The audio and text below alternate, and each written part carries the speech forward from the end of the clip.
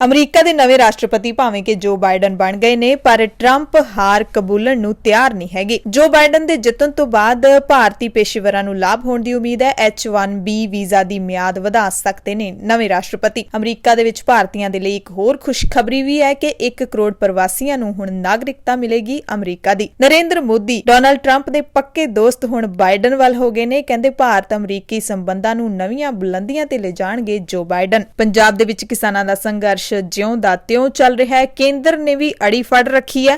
Railway ਨੇ ਮਾਲ ਤੇ ਯਾਤਰੀ ਗੱਡੀਆਂ ਇਕੱਠੀਆਂ ਚਲਾਉਣ ਦੀ ਜ਼ਿੱਦ ਫੜੀ ਹੈ ਤੇ ਕੇਂਦਰ ਦੇ ਨਿਰਦੇਸ਼ਾਂ ਤੇ ਹੀ ਹੋ ਰਿਹਾ ਸਭ ਕੁਝ।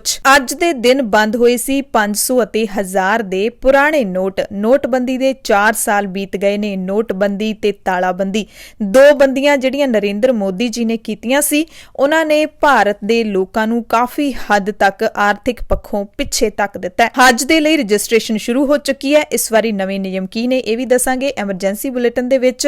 ਸਭ ਦਾ ਸਵਾਗਤ ਹੈ ਤੇ ਨਾਲ ਹੀ ਇੱਕ ਹੋਰ ਬੜੀ ਅਹਿਮ ਖਬਰ ਹੈ ਕਿ ਕਾਲਜਾਂ ਦੇ ਵਿੱਚ ਕੇਵਲ 50% ਵਿਦਿਆਰਥੀਆਂ ਦੀ ਹਾਜ਼ਰੀ ਦੀ ਹੀ ਆਗਿਆ ਦਿੱਤੀ ਹੈ UGC ਨੇ। ਸਭ ਦਾ ਸਵਾਗਤ ਹੈ, ਮੈਂ ਹਰਸ਼ਰਨ ਕੌਰ। ਸਭ ਤੋਂ ਪਹਿਲੀ ਖਬਰ ਅਮਰੀਕਾ ਦੇ ਰਾਸ਼ਟਰਪਤੀ ਦੇ ਨਾਲ ਜੁੜੀ ਹੋਈ। ਅਮਰੀਕਾ ਦੇ ਕਈ ਮੁੱਖ ਟੀਵੀ ਨੈਟਵਰਕਸ ਨੇ ਦਾਅਵਾ ਕੀਤਾ ਹੈ ਕਿ ਡੈਮੋਕ੍ਰੈਟਿਕ ਪਾਰਟੀ ਦੇ ਉਮੀਦਵਾਰ ਜੋ ਬਾਈਡਨ ਅਮਰੀਕਾ ਦੇ 46ਵੇਂ ਰਾਸ਼ਟਰਪਤੀ ਹੋਣਗੇ। ਮੀਡੀਆ ਅਦਾਰਿਆਂ ਨੇ ਇਹ ਦਾਅਵਾ ਪੈਨਸਿਲਵੇਨੀਆ ਦੇ ਵਿੱਚ ਬਾਈਡਨ ਨੂੰ ਮਿਲੀ ਜਿੱਤ ਦੇ ਆਧਾਰ ਉੱਤੇ ਕੀਤਾ ਹੈ। ਐਡੀਸਨ ਰਿਸਰਚ ਦੇ ਮੁਤਾਬਿਕ ਬਾਈਡਨ ਨੇ ਕੁੱਲ 290 ਇਲੈਕਟੋਰਲ ਕਾਲਜ ਵੋਟਾਂ ਜਿੱਤ ਲਈਆਂ ਨੇ ਤੇ ਅਮਰੀਕਾ ਦੇ ਵਿੱਚ ਰਾਸ਼ਟਰਪਤੀ ਚੋਣ ਜਿੱਤਣ ਦੇ ਲਈ 270 ਸੀਟਾਂ ਦੀ ਜ਼ਰੂਰਤ ਹੁੰਦੀ ਹੈ। ਯਾਨੀ ਕਿ ਜੋ ਬਾਈਡਨ ਨੇ 270 ਦੀ ਥਾਂ 290 ਸੀਟਾਂ ਜਿੱਤ ਲਈਆਂ ਨੇ ਤੇ ਟਰੰਪ 214 ਤੇ ਹੀ ਅਟਕ ਕੇ ਰਹਿ ਗਏ। ਅਮਰੀਕਾ ਦਾ ਅਗਲਾ ਰਾਸ਼ਟਰਪਤੀ ਚੁਣੇ ਜਾਣ ਤੋਂ ਬਾਅਦ ਜੋ ਬਾਈਡਨ ਨੇ ਕਿਹਾ ਕਿ ਮੈਂ ਅਮਰੀਕੀਆਂ ਵੱਲੋਂ ਮੇਰੇ ਤੇ ਪ੍ਰਗਟਾਏ ਭਰੋਸੇ ਦੇ ਨਾਲ ਮਾਣ ਮਹਿਸੂਸ ਕਰਦਾ। ਬਾਈਡਨ ਨੇ ਟਵੀਟ ਕੀਤਾ, ਅਮਰੀਕੀ ਲੋਕਾਂ ਵੱਲੋਂ ਪ੍ਰਗਟਾਏ ਭਰੋਸੇ ਨਾਲ ਮੈਂ ਤੇ ਉਪ ਰਾਸ਼ਟਰਪਤੀ ਚੁਣੀ ਗਈ ਕਮਲਾ ਹੈਰਿਸ ਖੁਦ ਨੂੰ ਸਨਮਾਨਿਤ ਮਹਿਸੂਸ ਕਰਦੇ ਹਾਂ। ਤੇ ਉਧਰ ਅਮਰੀਕਾ ਦੇ ਰਾਸ਼ਟਰਪਤੀ ਡੋਨਾਲਡ ਟਰੰਪ ਜਿਹੜੇ ਕਿ ਹੁਣ ਸਾਬਕਾ ਹੋ ਚੁੱਕੇ ਨੇ, ਆਪਣੀ ਹਾਰ ਕਬੂਲਣ ਨੂੰ ਤਿਆਰ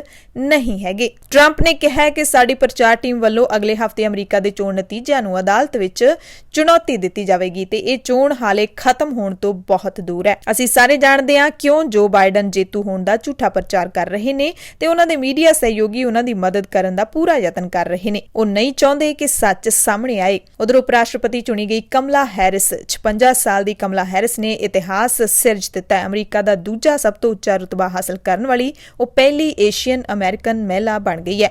ਹੈਰਿਸ ਨੂੰ ਬਾਈਡਨ ਦੀ ਵਡੇਰੀ ਉਮਰ ਕਰਕੇ 2024 ਦੀ ਰਾਸ਼ਟਰਪਤੀ ਚੋਣ ਲਈ ਉਮੀਦਵਾਰ ਵਜੋਂ ਦੇਖਿਆ ਜਾ ਰਿਹਾ ਹੈ। ਤੇ ਐਮਰਜੈਂਸੀ ਬੁਲੇਟਿਨ ਦੇ ਵਿੱਚ ਅਗਲੀ ਖਬਰ ਦੱਸਦੀ ਹੈ ਕਿ ਅਮਰੀਕਾ ਦੇ ਨਵੇਂ ਚੁਣੇ ਰਾਸ਼ਟਰਪਤੀ ਜੋ ਬਾਈਡਨ H-1B ਸਮੇਤ ਹੋਰ ਉੱਚ ਕੌਸ਼ਲ ਵੀਜ਼ਿਆਂ ਦੀ ਮਿਆਦ ਵਧਾ ਸਕਦੇ ਨੇ। ਇਸ ਤੋਂ ਇਲਾਵਾ ਬਾਈਡਨ ਵੱਖ-ਵੱਖ ਮੁਲਕਾਂ ਦੇ ਲਈ ਰੁਜ਼ਗਾਰ ਆਧਾਰਿਤ ਵੀਜ਼ੇ ਦਾ ਕੋਟਾ ਖਤਮ ਕਰ ਸਕਦੇ ਨੇ। ਮੰਨਿਆ ਜਾ ਰਿਹਾ ਹੈ ਕਿ ਇਹਨਾਂ ਦੋਵਾਂ ਕਦਮਾਂ ਦੇ ਨਾਲ ਹਜ਼ਾਰਾਂ ਭਾਰਤੀਆਂ ਨੂੰ ਲਾਭ ਹੋਵੇਗਾ।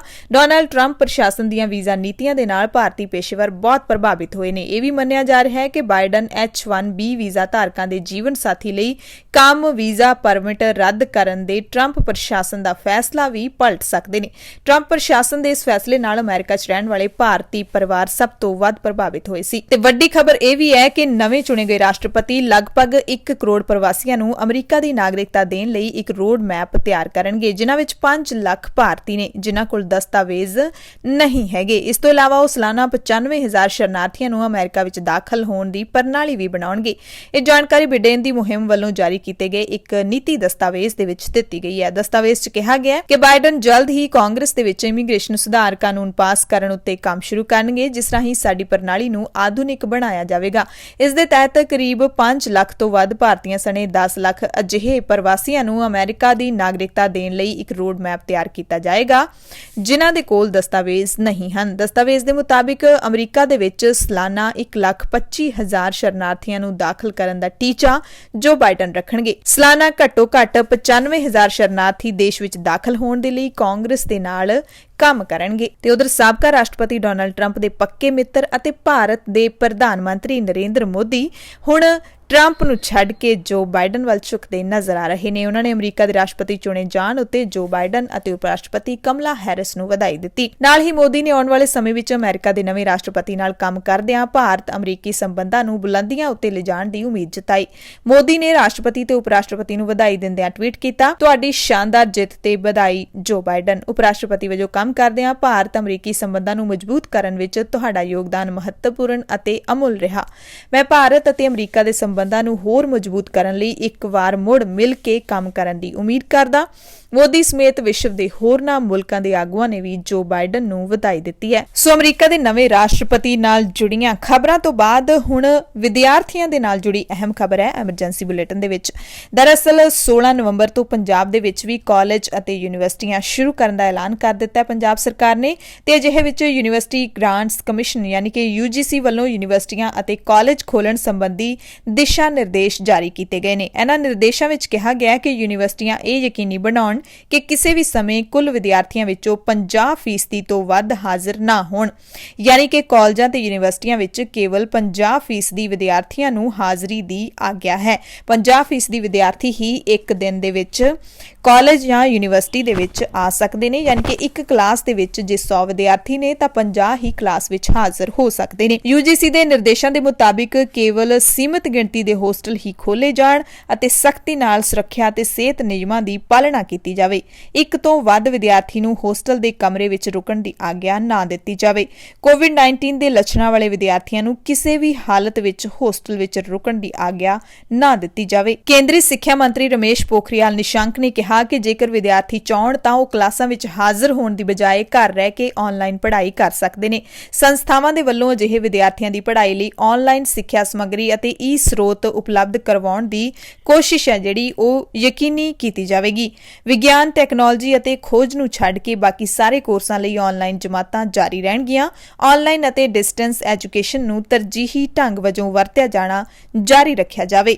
UGC ਵੱਲੋਂ 7 ਮਹੀਨਿਆਂ ਦੀ ਤਾਲਾਬੰਦੀ ਮਗਰੋਂ ਦੁਬਾਰਾ ਖੋਲ੍ਹੇ ਜਾ ਰਹੇ ਕਾਲਜਾਂ ਅਤੇ ਯੂਨੀਵਰਸਿਟੀਆਂ ਲਈ ਨਵੇਂ ਨਿਰਦੇਸ਼ ਜਾਰੀ ਕੀਤੇ ਗਏ ਨੇ। ਤਾਲਾਬੰਦੀ ਦੇ ਮੱਦੇਨਜ਼ਰ UGC ਵੱਲੋਂ ਪਹਿਲਾਂ 2 ਵਾਰ ਨਿਰਦੇਸ਼ ਜਾਰੀ ਕੀਤੇ ਜਾ ਚੁੱਕੇ ਨੇ। ਪਹਿਲਾਂ 29 ਅਪ੍ਰੈਲ ਤੇ ਫਿਰ 6 ਜੁਲਾਈ ਨੂੰ UGC ਨੇ ਕਈ ਅਹਿਮ ਵਿਸ਼ਿਆਂ ਜਿਵੇਂ ਕਿ ਆਨਲਾਈਨ ਪੜ੍ਹਾਈ, ਪ੍ਰੀਖਿਆਵਾਂ, ਦਾਖਲਾ ਪ੍ਰਕਿਰਿਆ, ਅਕੈਡਮਿਕ ਕੈਲੰਡਰ ਆਦਿ ਬਾਰੇ ਨਿਰਦੇਸ਼ ਜਾਰੀ ਕੀਤੇ ਸੀ। ਸੋ ਇਹ ਨਵੇਂ ਨਿਰਦੇਸ਼ ਜਦੋਂ ਹੁਣ ਕਾਲਜ ਤੇ ਯੂਨੀਵਰਸਿਟੀਆਂ ਖੁੱਲ੍ਹਣ ਵਾਲੇ ਨੇ ਉਹਨਾਂ ਦੇ ਲਈ ਜਾਰੀ ਕੀਤੇ ਗਏ ਨੇ, ਜਿਨ੍ਹਾਂ ਦੇ ਵਿੱਚੋਂ ਅਹਿਮ ਹੈ ਕਿ 50% ਵਿਦਿਆਰਥੀ ਹੀ ਕਾਲਜਾਂ ਯੂਨੀਵਰਸਿਟੀਆਂ ਵਿੱਚ ਆ ਸਕਦੇ ਨੇ ਅਤੇ ਹੋਸਟਲ ਦੇ ਇੱਕ ਕਮਰੇ ਵਿੱਚ ਸਿਰਫ ਇੱਕ ਵਿਦਿਆਰਥੀ ਹੀ ਰਹਿ ਸਕਦਾ ਹੈ। ਐਮਰਜੈਂਸੀ ਬੁਲੇਟਿਨ ਦੇ ਵਿੱਚ ਅਗਲੀ ਖਬਰ ਕਿਸਾਨਾਂ ਦੇ ਸੰਘਰਸ਼ ਦੇ ਨਾਲ ਜੁੜੀ ਹੋਈ ਹੈ। ਕਿਸਾਨਾਂ ਦਾ ਸੰਘਰਸ਼ ਲਗਾਤਾਰ ਜਾਰੀ ਹੈ।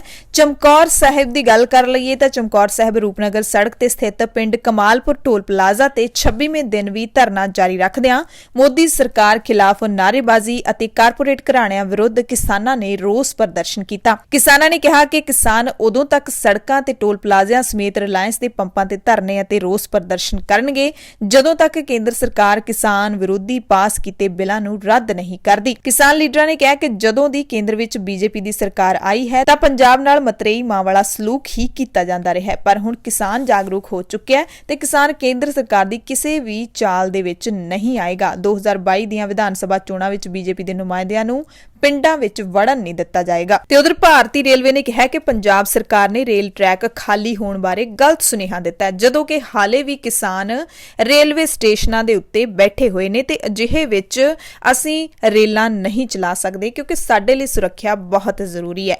ਯਾਨੀ ਕਿ ਰੇਲਵੇ ਨੇ ਮਾਲ ਤੇ ਯਾਤਰੀ ਗੱਡੀਆਂ ਇਕੱਠੀਆਂ ਚਲਾਉਣ ਦੀ ਅੜੀ ਹੁਣ ਫੜ ਲਈ ਹੈ ਕਿ ਜੇ ਚਲਾਵਾਂਗੇ ਤਾਂ ਦੋਵੇਂ ਤਰ੍ਹਾਂ ਦੀਆਂ ਗੱਡੀਆਂ ਚਲਾਵਾਂਗੇ ਵੀ ਉਦੋਂ ਜਦੋਂ ਰੇਲਵੇ ਤੋਂ ਕੱਲਾ ਕਿਸਾਨ ਬਾਹਰ ਹੋ ਜਾਊਗਾ। ਕਿਸਾਨ ਜਥੇਬੰਦੀਆਂ ਨੇ 20 ਨਵੰਬਰ ਤੱਕ ਮਾਲ ਗੱਡੀਆਂ ਚਲਾਉਣ ਦੀ ਖੁੱਲ੍ਹ ਦਿੱਤੀ ਹੋਈ ਹੈ।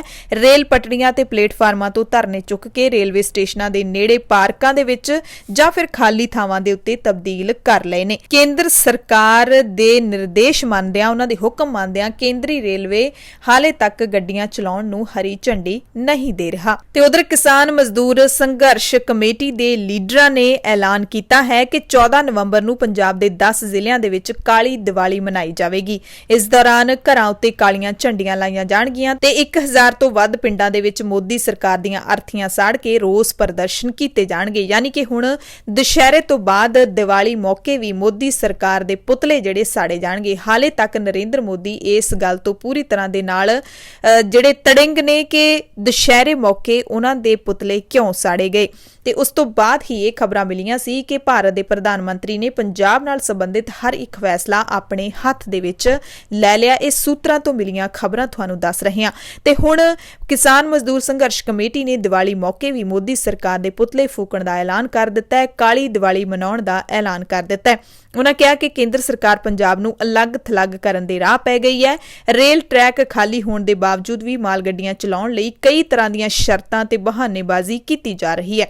किसानां ने कहा कि केंद्र ने कोरोना दौरान सिर्फ माल गड्डियां चलाईयां सी, जबकि यात्रु गड्डियां बंद कीतियां सी, तां हुण ओह किस आधार ते माल गड्डियां नूं यात्रु गड्डियां दे नाल जोड़ रहे ने। एमरजेंसी बुलेटिन दे विच अगली खबर तुहानूं फाजिलका तो दस दिंदे हां, जिथे पनबस कॉन्ट्रैक्ट वर्करस यूनीयन दे वल्लों तीजे दिन भी बसां दा चक्का जाम करके धरना दिता गया।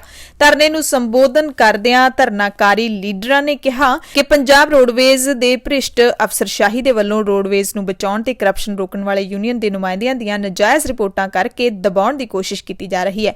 यह मसला नजायज़ रिपोर्ट तक ही सीमित नहीं, सगों उस दे उल्ट सब इंस्पैक्टर नूं नियमां दे उल्ट चैकिंग चिटां दित्तियां गईआं।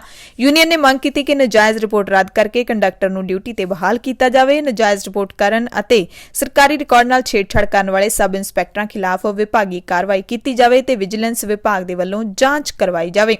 चेतावनी दित्ती है कि जे मसला हल ना होया 9 नवंबर नूं जनरल मैनेजर दा घड़ा भन्न के पुतला फूकिया जाएगा ते डिवीजन दे 6 डिपू बंद कर दिते जाणगे। सो फिरोजपुर दे विच पनबस यूनीयन दे वल्लों लगातार 3 दिन तो चक्का जाम कीता होया। एमरजेंसी बुलेटिन दे विच एक खबर किसानां दे नाल जुड़ी तुहानूं होर दस दईए कि बीजेपी दे एक ਵੱਡੇ ਲੀਡਰ ਸੁਰਜੀਤ ਜਿਆਣੀ ਰਾਜਨਾਥ ਅਤੇ ਤੋਮਰ ਦੇ ਦਰਬਾਰ ਪਹੁੰਚੇ ਨੇ ਤੇ ਆਪਣੀ ਸਫਾਈ ਪੇਸ਼ ਕੀਤੀ ਹੈ।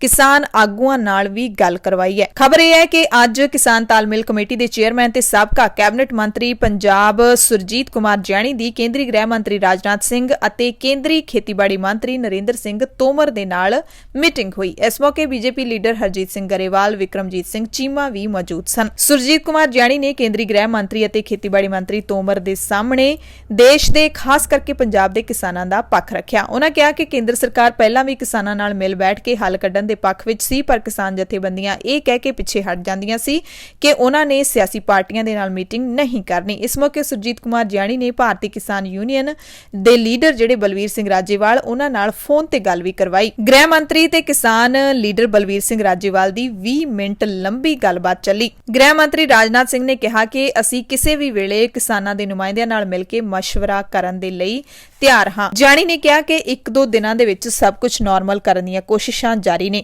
ਸੋ ਸੁਰਜੀਤ ਕੁਮਾਰ ਜਾਣੀ ਬੀਜੇਪੀ ਦੇ ਪੰਜਾਬ ਤੋਂ ਉਹ ਲੀਡਰ ਨੇ ਜਿਹੜੇ ਕਿਸਾਨਾਂ ਦੇ ਪੱਖ ਦੇ ਵਿੱਚ ਬੋਲੇ ਨੇ। ਪਿਛਲੇ ਦਿਨੀ ਮੀਡੀਆ ਦੇ ਵਿੱਚ ਉਹਨਾਂ ਦੇ ਕਾਫੀ ਬਿਆਨ ਨੇ ਜਿਹੜੇ ਉਹ ਨਸ਼ਰ ਹੋਏ ਨੇ, ਜਿਸ ਦੇ ਵਿੱਚ ਉਹ ਕਹਿੰਦੇ ਨਜ਼ਰ ਆ ਰਹੇ ਨੇ ਕਿ ਬੀਜੇਪੀ ਨੂੰ ਜਾਂ ਕੇਂਦਰ ਸਰਕਾਰ ਨੂੰ ਪੰਜਾਬ ਦੇ ਕਿਸਾਨਾਂ ਦੀ ਗੱਲ ਸੁਣਨੀ ਚਾਹੀਦੀ ਹੈ ਤੇ ਕਿਸਾਨਾਂ ਦੀ ਗੱਲ ਲੈ ਕੇ ਉਹ ਕੇਂਦਰ ਦੇ ਦਰਬਾਰ ਵੀ ਪਹੁੰਚੇ ਨੇ ਤੇ 1-2 ਦਿਨਾਂ ਦੇ ਵਿੱਚ ਮਸਲਾ ਹੱਲ ਕਰਨ ਦਾ ਭਰੋਸਾ ਵੀ ਦੇ ਰਹੇ ਨੇ। ਐਮਰਜੈਂਸੀ ਬੁਲੇਟਿਨ ਦੇ ਵਿੱਚ ਅਗਲੀ ਖਬਰ ਤੁਹਾਨੂੰ ਦੱਸ ਦਈਏ ਕਿ ਸਾਊਦੀ ਅਰਬ ਸਰਕਾਰ ਦੇ ਨਵੇਂ ਨਿਰਦੇਸ਼ਾਂ ਦੇ ਮੁਤਾਬਿਕ ਹੀ 2021 ਦੀ ਹੱਜ ਯਾਤਰਾ ਹੋ ਸਕੇਗੀ। ਇਹ ਜਾਣਕਾਰੀ ਭਾਰਤ ਦੇ ਘੱਟ ਗਿਣਤੀ ਮਾਮਲਿਆਂ ਦੇ ਮੰਤਰਾਲੇ ਨੇ ਦਿੱਤੀ ਹੈ। हिंदुस्तान टाइम्स के मुताबिक इन्हां नवे दिशा निर्देशों के तहत हाजियां की उम्र नूं लैके पाबंदी लाई जा सकती है। घट गिणती मामलों के मंत्री मुख्तार अब्बास नकवी ने दस्सिया कि अगले साल होने वाली हज यात्रा के लिए शनिवार तो ऑनलाइन रजिस्ट्रेशन शुरू हो चुकी है। रजिस्ट्रेशन 10 दसंबर तक करवाई जा सकती है। कोरोना महामारी के कारण इस साल हज यात्रा नहीं हो पाई सी। मुख्तार अब्बास नकवी ने कहा कि जो लोग हज जाने की इच्छा रखते हैं वो इसलिए ऑनलाइन अपील कर सकते हैं। कोरोना महामारी के कारण सारे श्रद्धालुओं के लिए कोरोना की नैगेटिव रिपोर्ट RT-PCR रिपोर्ट जमा करवानी जरूरी होगी। कोरोना टेस्ट की तारीख सऊदी अरब के लिए फ्लाइट लैंड तो 72 घंटे पहला दी होनी चाहिए है। 2020 के नियमां वांगू औरतां ने जड़ियां वो बिना किसी पुरुष के साथ तो बिना हज लई जा सकदियां ने। मंत्रालय ने कहा कि हज के लिए इस बार 21 की बजाय 10 थावां तो उड़ाणा चलाईयां जाणगियां ते ये एयरपोर्ट ने अहमदाबाद, बेंगलुरु, कोचीन, दिल्ली, गुवाहाटी, हैदराबाद, कोलकाता, लखनऊ, मुंबई अते श्रीनगर जिथों भारत के जिहड़े यात्री ने वो हज के लिए सऊदी अरब जा सकते हैं। सो एमरजेंसी बुलेटिन दे विच जांदे जांदे तुहानूं दस दईए कि देश की अर्थ व्यवस्था के इतिहास दे विच 8 नवंबर का दिन एक खास दिन वजों हुण दर्ज हो चुकिया पिछले 4 सालों तो, क्योंकि 4 वरे पहला अज दे दिन ही प्रधानमंत्री नरेंद्र मोदी ने रात 8 बजे दूरदर्शन के जरिए मुल्क नूं संबोधन करदिआं एक वड्डा झटका दिता सी। 500 ਅਤੇ 1000 ਦੇ ਪੁਰਾਣੇ ਨੋਟ ਬੰਦ ਕਰਨ ਦਾ ਐਲਾਨ ਕਰ ਦਿੱਤਾ ਸੀ। ਨੋਟਬੰਦੀ ਉਸੇ ਦਿਨ ਅੱਧੀ ਰਾਤ ਤੋਂ ਲਾਗੂ ਹੋ ਗਈ ਸੀ। ਇਸ ਦੇ ਨਾਲ ਮੁਲਕ ਦੇ ਵਿੱਚ ਅਫਰਾ ਤਫਰੀ ਦਾ ਕਈ ਦਿਨ ਮਾਹੌਲ ਰਿਹਾ। ਬੈਂਕਾਂ ਦੇ ਮੂਹਰੇ ਲੋਕਾਂ ਦੀਆਂ ਲੰਬੀਆਂ ਲਾਈਨਾਂ ਲੱਗੀਆਂ ਰਹੀਆਂ ਤੇ ਲੰਬੀਆਂ ਲਾਈਨਾਂ ਦੇ ਵਿੱਚੋਂ ਕਈ ਲੋਕਾਂ ਦੀ ਖੜੇ ਖੜਾਏ ਉੱਥੇ ਹੀ ਮੌਤ ਹੋ ਗਈ ਸੀ। ਬਾਅਦ ਵਿੱਚ 500 ਅਤੇ 2000 ਦੇ ਨਵੇਂ ਨੋਟ ਵੀ ਜਾਰੀ ਕੀਤੇ ਗਏ। ਸਰਕਾਰ ਨੇ ਐਲਾਨ ਕੀਤਾ ਸੀ ਕਿ ਉਸ ਨੇ ਮੁਲਕ ਵਿੱਚ ਮੌਜੂਦਾ ਕਾਲਾ ਧਨ ਤੇ ਨਕਲੀ ਕਰੰਸੀ ਦੀ ਸਮੱਸਿਆ ਨੂੰ ਖਤਮ ਕਰਨ ਦੇ ਲਈ ਇਹ ਕਦਮ ਚੁੱਕਿਆ ਹੈ। ਪੁਰਾਣੇ ਨੋਟ ਬਦਲਾਉਣ ਦੇ ਲਈ ਲੋਕ ਦਿਨ ਰਾਤ ਲਾਈਨਾਂ ਦੇ ਵਿੱਚ ਖੜੇ ਰਹੇ ਸੀ, ਪਰ ਵੱਡਾ ਸਵਾਲ ਖੜਾ ਹੁੰਦਾ ਹੈ ਕਿ ਕੀ ਨੋਟਬੰਦੀ ਤੋਂ ਬਾਅਦ ਭਾਰਤ ਦੇ ਵਿੱਚ ਕਾਲਾ ਧਨ ਅਤੇ ਨਕਲੀ ਕਰੰਸੀ ਦੀ ਸਮੱਸਿਆ ਖਤਮ ਹੋ ਚੁੱਕੀ ਹੈ? ਪਰ ਖਤਮ ਬਹੁਤ ਲੋਕਾਂ ਦੀ ਜਾਨ ਜ਼ਰੂਰ ਹੋ ਗਈ ਸੀ। ਉਸ ਵਕਤ ਜਦੋਂ ਤਾਲਾਬੰਦੀ ਹੋਈ ਸੀ, ਲੋਕਾਂ ਨੂੰ ਇੱਕ ਰੁਪਈਏ ਦੇ ਲਈ ਤਰਸਣਾ ਪੈ ਗਿਆ ਸੀ। ਸੋ ਅੱਜ ਨੋਟਬੰਦੀ ਦੇ 4 ਸਾਲ ਬੀਤ ਜਾਣ ਤੋਂ ਬਾਅਦ ਕਾਂਗਰਸ ਲੀਡਰ ਰਾਹੁਲ ਗਾਂਧੀ ਨੇ ਕੇਂਦਰ ਸਰਕਾਰ ਦੀ ਆਲੋਚਨਾ ਕਰਦਿਆਂ ਦੋਸ਼ ਲਾਇਆ ਕਿ 4 ਵਰ੍ਹੇ ਪਹਿਲਾਂ ਪ੍ਰਧਾਨ ਮੰਤਰੀ ਨਰਿੰਦਰ ਮੋਦੀ ਦੀ ਉਸ ਕਾਰਵਾਈ ਦਾ ਇਰਾਦਾ ਆਪਣੇ ਕੁਝ ਸਨਅਤਕਾਰ ਦੋਸਤਾਂ ਦੀ ਮਦਦ ਕਰਨਾ ਸੀ ਤੇ ਉਹਨਾਂ ਦੇ ਇਸ ਫੈਸਲੇ ਨੇ ਭਾਰਤੀ ਅਰਥ ਵਿਵਸਥਾ ਨੂੰ ਤਬਾਹ ਕਰਕੇ ਰੱਖ ਦਿੱਤਾ ਸੀ। ਰਾਹੁਲ ਗਾਂਧੀ ਨੇ ਕਿਹਾ ਕਿ ਅਸੀਂ ਸਦਾ ਦੋਸ਼ ਲਾਉਂਦੇ ਰਹੇ ਹਾਂ ਕਿ 2016 ਵਿੱਚ ਕੀਤੀ ਗਈ ਨੋਟਬੰਦੀ ਲੋਕਾਂ ਦੇ ਹਿੱਤ ਵਿੱਚ ਨਹੀਂ ਸੀ ਤੇ ਇਸ ਦਾ ਅਰਥਚਾਰੇ ਉੱਤੇ ਮਾੜਾ ਅਸਰ ਪਿਆ। ਨੋਟਬੰਦੀ ਦੇ ਵਿਰੋਧ ਵਿੱਚ ਪਾਰਟੀ ਦੀ ਆਨਲਾਈਨ ਮੁਹਿੰਮ speak up against demo disaster ਤਹਿਤ ਜਾਰੀ ਇੱਕ ਵੀਡੀਓ ਵਿੱਚ ਰਾਹੁਲ ਨੇ ਕਿਹਾ ਕਿ ਸਵਾਲ ਇਹ ਹੈ ਕਿ ਬੰਗਲਾਦੇਸ਼ ਦਾ ਅਰਥਚਾਰਾ ਕਿਵੇਂ ਭਾਰਤੀ ਅਰਥਚਾਰੇ ਤੋਂ ਅੱਗੇ ਲੰਘ ਗਿਆ, ਕਿਉਂਕਿ ਇੱਕ ਸਮਾਂ ਸੀ ਜਦੋਂ ਭਾਰਤੀ ਅਰਥਚਾਰਾ ਦੁਨੀਆ ਦਾ ਸਭ ਤੋਂ ਚੰਗਾ ਪ੍ਰਦਰਸ਼ਨ ਕਰਨ ਵਾਲੇ ਅਰਥਚਾਰਿਆਂ ਦੇ ਵਿੱਚੋਂ ਇੱਕ ਸੀ।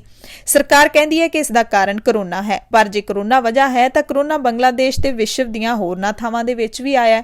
ਕਾਰਨ ਕਰੋਨਾ ਨਹੀਂ ਹੈ, ਕਾਰਨ ਨੋਟਬੰਦੀ ਅਤੇ GST ਹੈ। ਰਾਹੁਲ ਨੇ ਦਾਅਵਾ ਕੀਤਾ ਕਿ ਮੋਦੀ ਨੇ ਖਾਮੀਆਂ ਭਰਪੂਰ GST ਲਾਗੂ ਕੀਤਾ, ਛੋਟੇ ਤੇ ਦਰਮਿਆਨੇ ਕਾਰੋਬਾਰੀ ਬਰਬਾਦ ਕਰ ਦਿੱਤੇ, ਕਿਉਂਕਿ ਉਹਨਾਂ ਨੇ ਸਿਰਫ ਆਪਣੇ 3-4 ਪੂੰਜੀਪਤੀ ਦੋਸਤਾਂ ਲਈ ਹੀ ਰਾਹ ਸਾਫ਼ ਕੀਤਾ ਸੀ ਤੇ ਹੁਣ ਤੱਕ ਕਰ ਰਹੇ ਨੇ। ਐਮਰਜੈਂਸੀ ਬੁਲੇਟਿਨ ਦੇਖਣ ਵਾਲੇ ਸਾਰੇ ਦਰਸ਼ਕਾਂ ਦਾ ਧੰਨਵਾਦ।